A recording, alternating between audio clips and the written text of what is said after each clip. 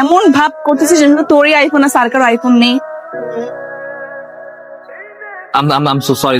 দেখুন 1,70,000 টাকা কি করছ? আসলে আমি নোটিস করিনি। I'm so sorry. ভাঙ্গারি বাচ্চা ভাঙ্গারি, আমার টাকা দে। হাঙ্গারি মানে what do you mean by বাঙালি? ভাঙ্গারি বলছিস তুই আমার ফোন ভাঙছিস তাই বলছিস ভাঙ্গারি। 1,70,000 টাকা, টাকা দে। আমি তো আপনাকে বললাম যে আমি নোটিস করিনি বিষয়টা। নোটিস করিসনি? ফোন ভাঙছিস যেমন টাকা দিবি না? টাকা দিবি না নাকি থানায় নিয়ে যাবো? How ridiculous! একটা ফোন অনাকাঙ্ক্ষিত ভাবে ধাক্কা লেগে ভেঙে গেছে। আমি বললাম আমি নোটিস করিনি, তার জন্য আপনি ফোন ভাঙার জন্য থানায় নিয়ে যাবেন? হ্যাঁ থানায় নিয়ে যাবো, টাকা তো তোকে দিতে হবে। এই একটু ধর। আমি তো বললাম আমার কাছে এখন টাকা নেই। আরে ভাই আশেপাশে কেউ নাই নাকি?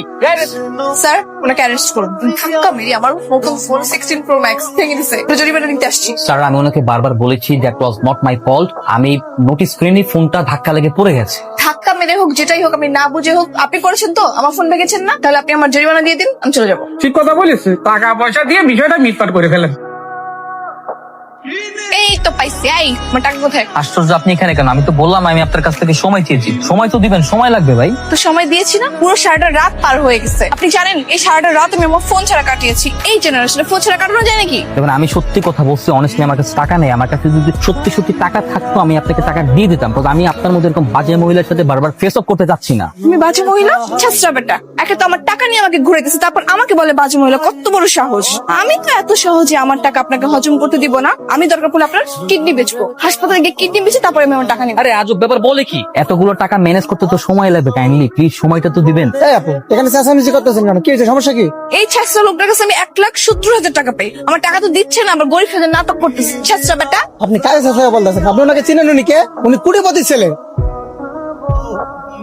আচ্ছা কোটিপতির ছেলে হয়েও বাটপারি আমার সাথে আমার টাকা মেরে দেওয়া ধান্দা করছেন না? আমি এখন আপনার বাসার ভিতরে গিয়ে টাকা নিয়ে আসবো। চলেন। এই বাসার ভিতরে যাওয়া যাবে না প্লিজ। কেন যাওয়া যাবে না? আপনি এখানে সিঙ্গেল করতে পারেন না। এক্সকিউজ মি, আপনি কি ছিলেন বাবা? আমি ওর বাবা।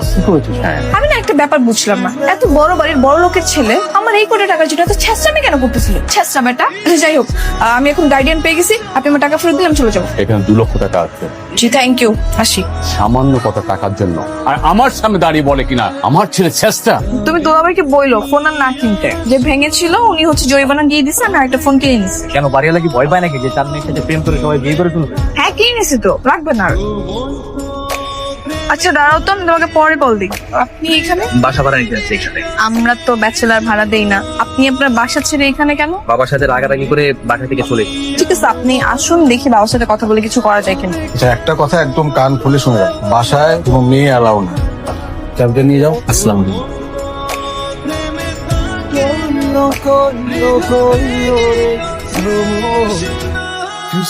Beautiful, this is the first time আমি কাউকে এত সুন্দর করে দেখছি। Thank you. আপনাকে তো আমার সরি বলা হয় মিস্টার ভাঙ্গারি।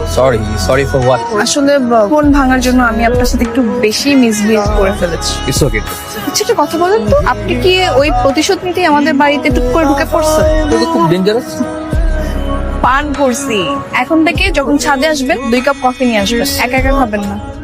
আমার কিন্তু কথা শুনে সন্দেহ হচ্ছে, তুই কিন্তু সাবধানে থাকিস। ছেলেটাকে আমার বেশ একটু সুবিধার মনে হচ্ছে। ওর বাবা অনেক বড়, টাকা পয়সা চুরি করবে না এটা শিওর। বাকি রইলি তুই। যেহেতু বলছিস টাকা পয়সা চুরি করবে না, তার টাকা পয়সার লোভ নেই, কিন্তু একটা সুন্দরী মেয়ের লোভ তো হতেই পারে, তাই না? তুইও না বাজে বকিস না, বলতে না বলতেই হাসিস। তুমি বলে যা, আমি আসি।